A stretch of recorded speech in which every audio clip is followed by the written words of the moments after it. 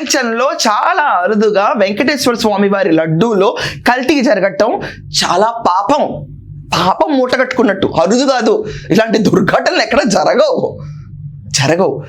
Man made calamity ఇది, human made calamity. ఇది ఒక రకమైన డిస్ట్రక్షన్ మోడ్, మనోభావాల్ని తొక్కివేయటం లాస్ట్ 5 ఏళ్ళు జరిగింది. కానీ ఇప్పుడు ఆయన చెప్పిన అమౌంట్స్ వరకు నేను క్రాస్ చెక్ చేయలేదండి. 2000 కోట్లు, దానిపైన వడ్డీ, ఇదంతా.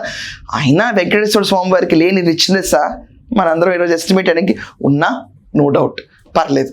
సో వెంకటేశ్వర స్వామి వారికి వచ్చే ఇంట్రెస్ట్ లాస్ట్ 5 ఏళ్ళు ఆయన ఇంట్రెస్ట్ మీదే కదండి. వైసీపీ జేబుల్లోంచి ప్రసాదాలు చేయండి అని చెప్పి డబ్బులు ఇవ్వమని అడిగారు ఎవరైనా? చెప్పండి. టీటీడీ ట్రస్ట్కి ఉన్న సంపదలోంచే భక్తులకి ప్రసాదం పంచిపెట్టాలి. దాంట్లో కొంచెం నాణ్యత ఇవ్వాలంతే. అది కూడా దేనికి? స్వామివారి ప్రసాదం కాబట్టి. ఆయన దగ్గరికి వచ్చి మొక్కుంటే జరగని పని ఉండదని అందరూ అనుకుంటారు కాబట్టి అత్యంత నమ్మకంగా ఆ ప్రసాదం తింటారు.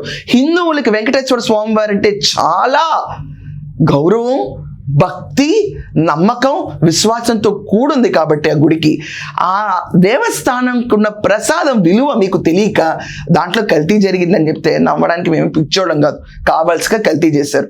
సో ఇలాగే తిరుపతికి వచ్చే డొనేషన్ల మీదే ఇంత ప్రపంచ రీతిలో ఎక్కడ జరగదు అని మీరు చెప్పినట్టు లాస్ట్ 5 ఏళ్ళు చేసుంటే ఈ పాపం మూటగట్టుకునే వాళ్ళ మీరు ఎక్కడన్నా ఉండుండేదా?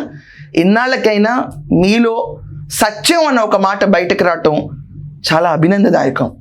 ఎందుకంటే ముసుగులో ఏది మాట్లాడితే కాదు, భోజనం బాగాలేదు, అన్నం బాగా ఉడకలేదు, కూరలో బంగాళదుంప గట్టిగా ఉంది అని చెప్పి వాగే దుష్ప్రచారకులు ఉన్న ఈ రోజుల్లో భోజనం చాలా బాగుంది, చాలా నీట్గా సర్వ్ చేశారు, నేను చాలా హ్యాపీగా వెళ్తున్నాను అన్న వర్డ్ మీరు అన్నారు చూడండి, అది చాలు ఈ ప్రభుత్వానికి.